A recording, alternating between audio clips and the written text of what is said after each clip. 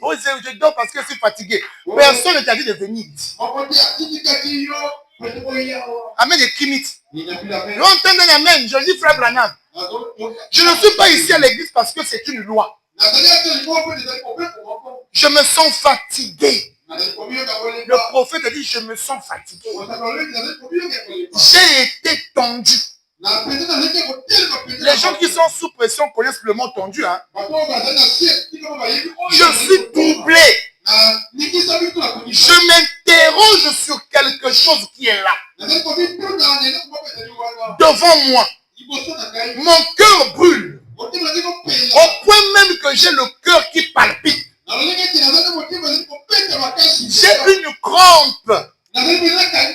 Une douleur. À cette minute même. Qui me lance constamment. De haut en bas. Ici. Faible. Tendu. Tremblant. Je sais. Ici. J'applique une pression. J'ai des orteils crispés dans mes souliers. Moi aussi, frère Branham. Toute la journée avec des fermés. Aïe. Ça fait mal. Venir ici. Écoutez bien. Venir ici. C'est la dernière chose que j'avais envie de faire. Je suis en train de prêcher le message. Le prophète, le pasteur Branham me dit, venir ici, c'est la dernière chose que j'avais envie de faire.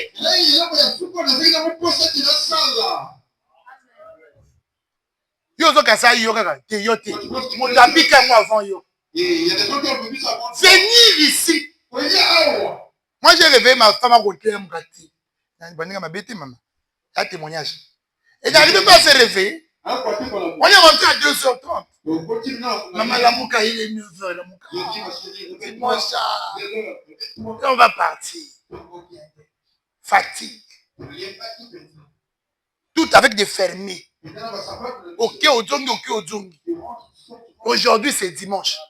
Mais mon toto a sauté de l'aise à la dimanche. Mais ils ont tout.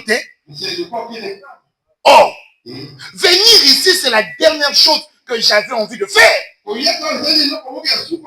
Alors, pourquoi suis-je venu? Est-ce que les secondes sont ici? Pourquoi suis-je venu? Il répond, parce que j'aime Dieu. Parce que j'aime Dieu. À la vie et à la mort. Je dois me tenir ici pour lui. Ce n'est pas parce que je suis obligé de le faire. Lui, Dieu, ça lui serait égal que j'y sois ou pas. Et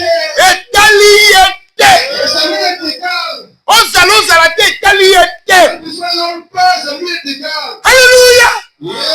Frère Branham me dit, j'y sois ou pas. Si je mourrais, j'irai au ciel quand même. Malgré tout, Monikota, malgré tout, je rentrerai. Même si je ne suis pas ici. Parce que quand il a choisi, il a déjà choisi. Quand il a aimé, il a déjà aimé. Le reste ne compte plus. Mais, il y a toujours un mais. Mais, je viens ici parce que je l'aime. Amen. Vous servez Dieu parce que vous l'aimez. Pas parce que vous êtes obligé de le faire. Parce que vous l'aimez. Assez pour ça. C'est pour ça que tu n'arrives pas à Tikanayo. J'ai des écritures. Le message est là. Pas de forcing. Tu n'es pas obligé. Et personne ne va t'oublier, surtout moi là, jamais. Parce que nous avons des assises. Et ces assises, c'est un ministère d'infaillibilité. Moi, je crois William Branham même à la pêche. Je crois Frère Branham même au salon. Je le crois. Quand Branham parle, Dieu a parlé.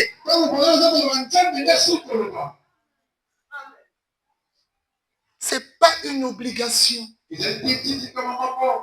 C'est l'amour qui doit être le moteur.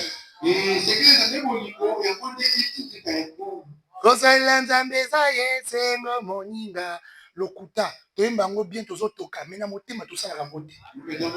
Yo sala nzambe nyesengo. Obondeli esimbi te. Frère, nini kaka? Non lobby moi fatigue.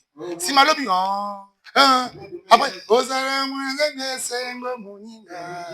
Yazala nzambe mwana nyesengo. Ozokosa nani? Bandeko bien nzambe. Dieu lit le cœur des gens. Madame dit, vous pouvez ne pas parler, Dieu connaît vos intentions. Dieu connaît vos motifs. Ce n'est pas une obligation. Vous servez Dieu parce que vous l'aimez. Et l'église doit servir Dieu par amour. Si l'amour n'est pas le motif de notre service, nous travaillons en vain. Et Branham dans le 7e psaume, le 24 mars 63, il dit ceci. Maintenant j'espère que chacun de vous, sans exception, chacun de vous, sans exception, servira Dieu et fera ce qui est bien. Aimez-le toute votre vie et servez-le. Et Dieu s'occupera du reste. D'où viennent nos blocages, c'est là. D'où viennent nos combats, c'est là. Dieu est assis sur le trône. Satan, tu as vu mon serviteur Job. Mais Dieu dit la même chose de toi. Rien ne peut t'arriver sans que Dieu ne l'autorise. Il est le maître des temps et des circonstances. Branham me dit, est-ce que Dieu peut te faire confiance? La confiance ne donne pas n'importe qui. Si notre jargon dit que la confiance se mérite, combien de fois avec Dieu? Toute cette église doit servir Dieu. Je n'ai pas dit que tout le monde prendra le micro pour prêcher. Et c'est un langage de bébé pentecôtiste. Chaque femme a sa chair. Et la chair d'une femme, c'est sa cuisine. Et ses brebis, c'est ses enfants. Et chaque homme ici est pasteur de sa maison. Et Josué a dit, moi et ma maison, nous servirons l'Éternel. Vous choisissez qui vous servirait. Ne vous limitez pas à venir ici. Mais que vos maisons deviennent des églises. Et le service de Dieu consiste à faire ce qui est bien. Branham dit traiter les autres bien. Agissez correctement. Vivez correctement. Aidez le voisin correctement. Consacrez-vous. Dieu vous visitera. Mais c'est ça le service. Ne porte pas de longues jupes. Mais non, que ta jupe soit l'expression de ton cœur. Que ta jupe soit l'expression de ton humilité. Quand tu ne mets pas les cheveux rouges bordeaux là, que ça soit une expression. Et Branham a prêché les expressions. Que ta vie parle. Que ta vie attire. Que ta vie puisse déranger. C'est ça servir Dieu. Et si tu dois mettre ton talent au service de Dieu, le Dieu du ciel, Jéhovah, c'est pas lui qui a conçu le tabernacle. Même si c'est lui le propriétaire, c'est lui le fondateur, c'est lui l'inspirateur. Il a dit à Moïse, dans le peuple, il y a des hommes qualifiés.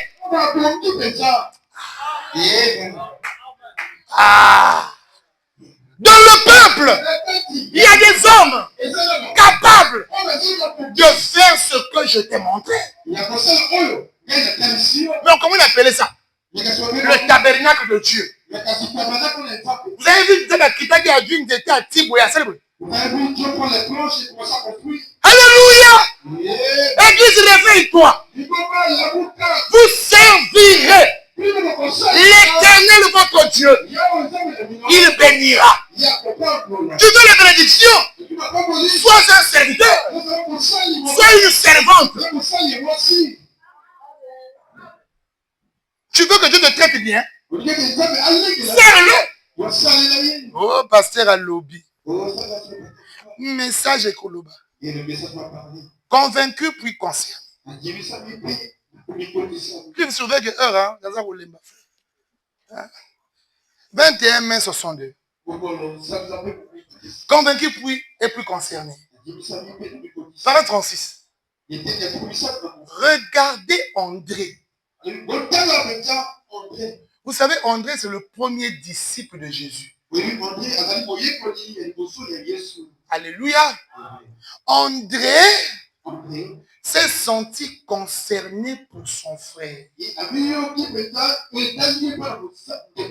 Après qu'il est resté avec Jésus toute la nuit.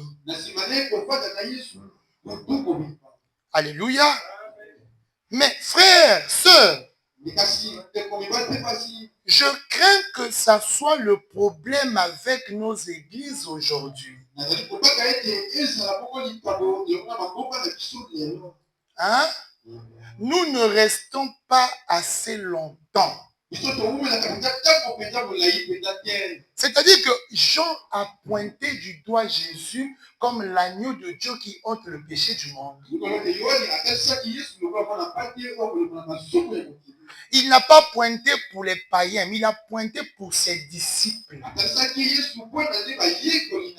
Et André était d'abord disciple d'un prophète. Et quand Jean a témoigné de Jésus, André a suivi Jésus. Et quand il a suivi Jésus, il a passé toute la nuit avec Jésus. C'est là où frère Branham dit le problème de l'église aujourd'hui, c'est ça. Nous ne restons pas assez longtemps avec Jésus. Tellement qu'il a été resté toute la nuit avec Jésus, André s'est senti concerné pour le salut de ses frères. Il s'est senti responsable de ses frères. Frère Branham dit, c'est ça le problème de nos églises aujourd'hui. Nous ne restons pas assez longtemps. Nous entrons en courant et nous serons la main au pasteur. Nous faisons inscrire notre nom dans le registre et nous retournons à la maison. Nous nous disons membres de l'église alors que nous n'avons pas du tout de fardeau pour les perdus.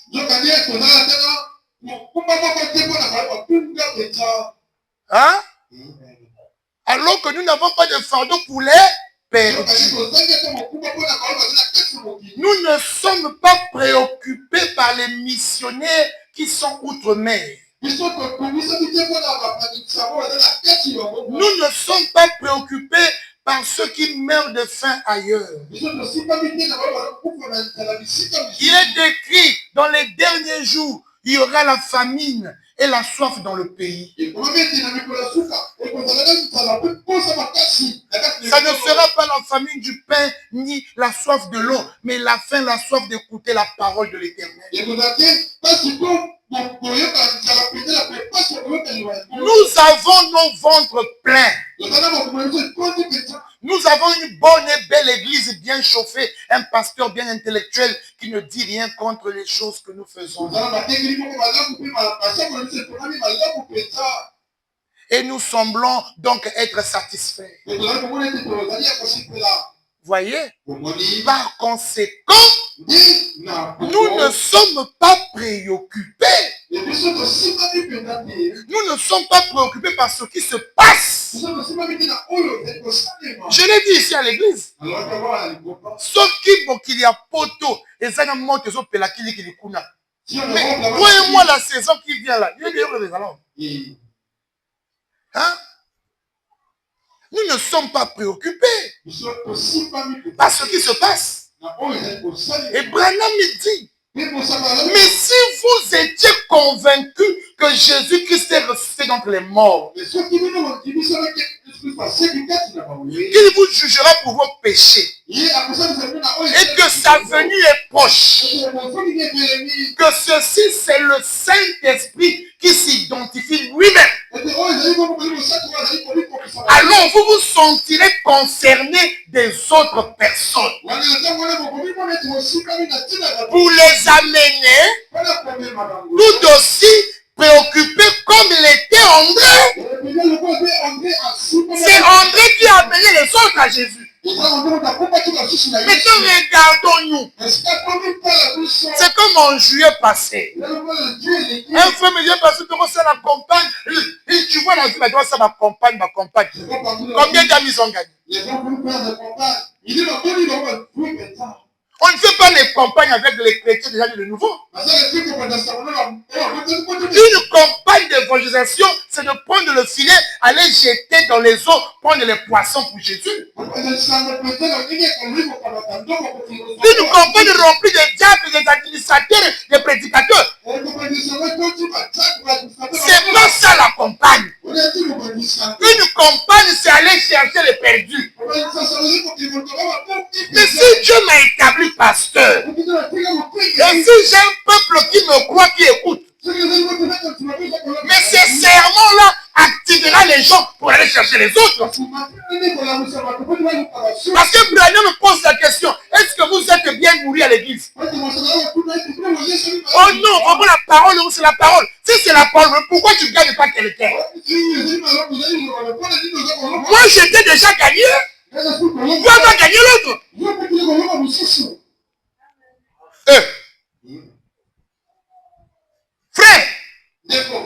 Frère Branham me dit, je n'ai pas j'ai pas une grande envergure comme Billy Graham. Non, Sangote frère, allez, comment on a Sangote frère? Ah oui. Il dit que Aurel Roberts, quand il va dans une ville, il prend la télé sous contrôle. Les radios sont sous son contrôle. Il va mettre un immense chapiteau ou bien les springes. Toutes les églises vont se lier à lui. Et même Billy Graham, quand il est passé en Jamaïque, il a gagné 30 000 âmes. Oh, c'était merveilleux. Mais quand il est revenu l'année prochaine, il n'a même pas trouvé 300 personnes. Il n'a même pas trouvé 30 personnes qui étaient gagnées l'année passée.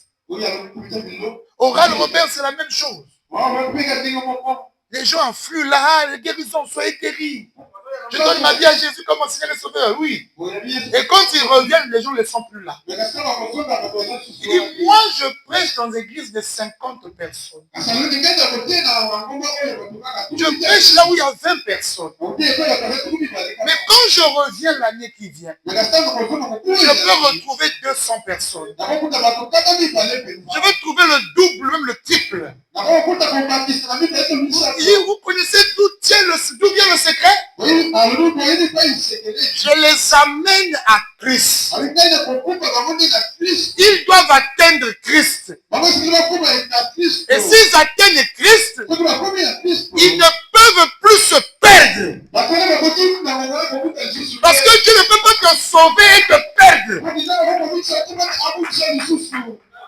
Est-ce que vous comprenez? Donc moi je suis ici à El Shaddai. Je ne suis pas le pasteur de Congo. Même pas de Brazzaville. Ni le mot du Congo.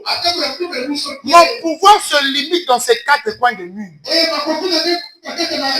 C'est des gens que Dieu m'a donnés. Et ce que je prêche va les amener dehors.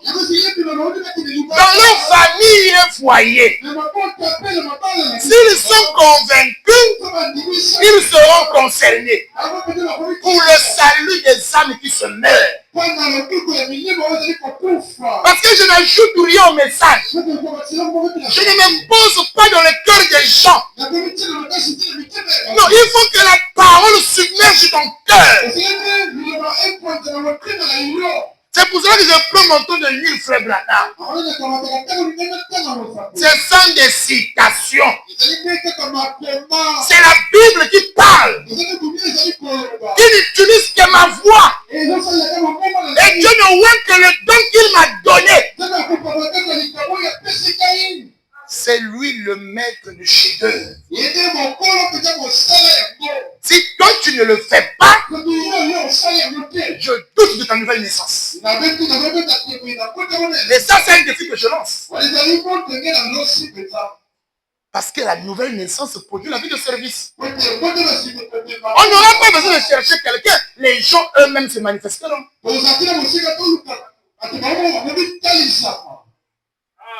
Tu vas dire l'écriture. Oh, frère, c'est pour cela que je veux utiliser cet enseignement pour inviter toute l'église à partir d'aujourd'hui d'entrer dans une vie de service. Que vous soyez frère ou soeur, c'est le moment de servir Dieu selon le poids qui est dans votre cœur, ou la tâche qui vous convient pour honorer le Seigneur. Frère Branham, dans l'unité, écoutez ce que Frère dit. L'unité, paragraphe combien? C'est mon petit ici, c'est 33. C'est prêché quand? 11 février 62. Il dit ceci. Nous faisons des erreurs.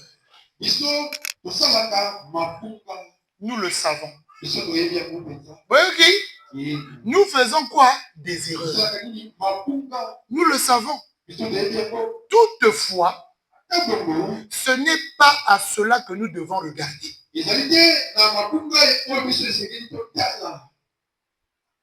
Ah, il était à moi qui m'a cassé. Hein? Au soir, il m'a cassé. Continuez, virgule les années. Il était à moi, m'a cassé. Hein? À mes sungingaï. Pona telema. Pona lamuka. Pona saïla nzambe koleka. C'est comme ça qu'il faut parler. Nous faisons des erreurs, nous le savons. Toutefois, ce n'est pas à cela que nous devons regarder. Ce ne sont pas nos erreurs qui comptent. Parce que nous allons toujours les avoir.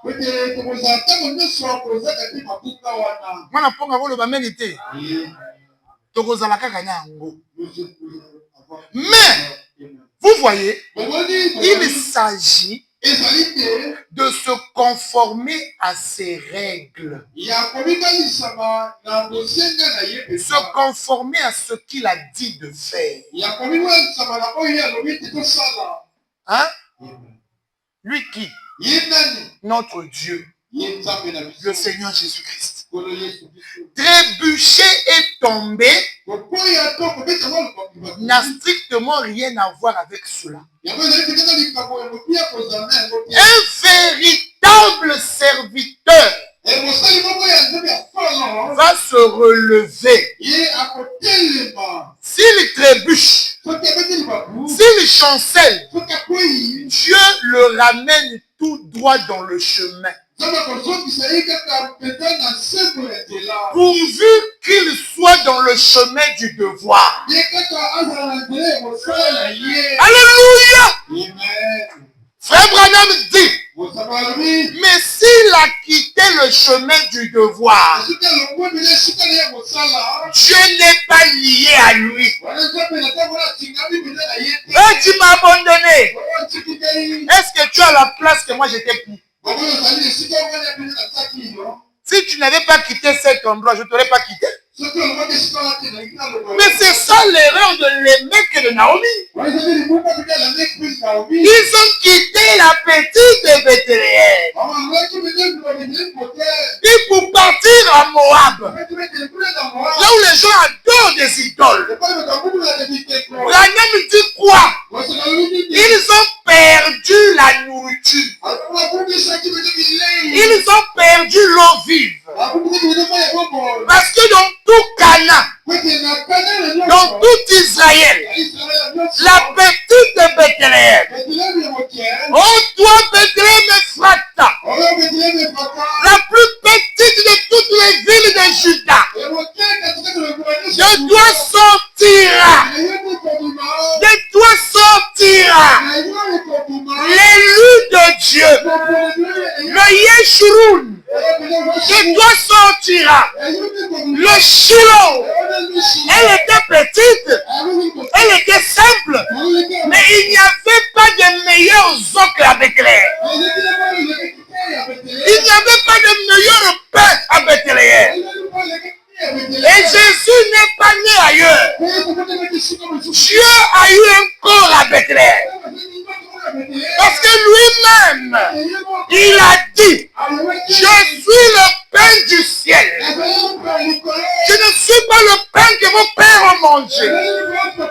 Ils ont mangé la manne, ils sont morts. Mais moi, je suis le pain de vie qui est descendu du ciel à Bethléem Ephrata, dans la ville de Rachel, dans la ville de Caleb. Oh, Caleb, c'est le type de l'épouse. Et l'épouse ne vit que de parole. La parole ne se mélange pas. La parole authentique. Les mecs Namomi, ils ont quitté la parole. Oh, frère Branham dit, ne quittez jamais ce message. Ne quittez jamais la parole. Chaque fois qu'Israël a quitté Canaan, Dieu les a laissés.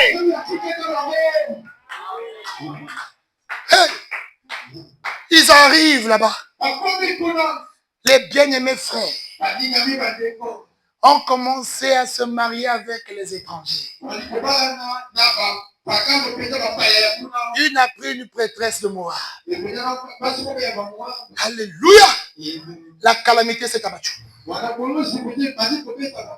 mec est mort. Ses deux fils. Naomi se retrouve avec deux vœux. Et vous allez constater qu'elles n'ont pas mis au monde avec les enfants de Lémec. Là, c'est maintenant le diagramme de Dieu qui commence à travailler. Oh, c'est pas tes erreurs qui comptent, mais c'est le plan de Dieu. Parce que même si tu commets une erreur, si tu es enfant de Dieu, Dieu va prendre cette erreur et va faire de cette erreur une bénédiction.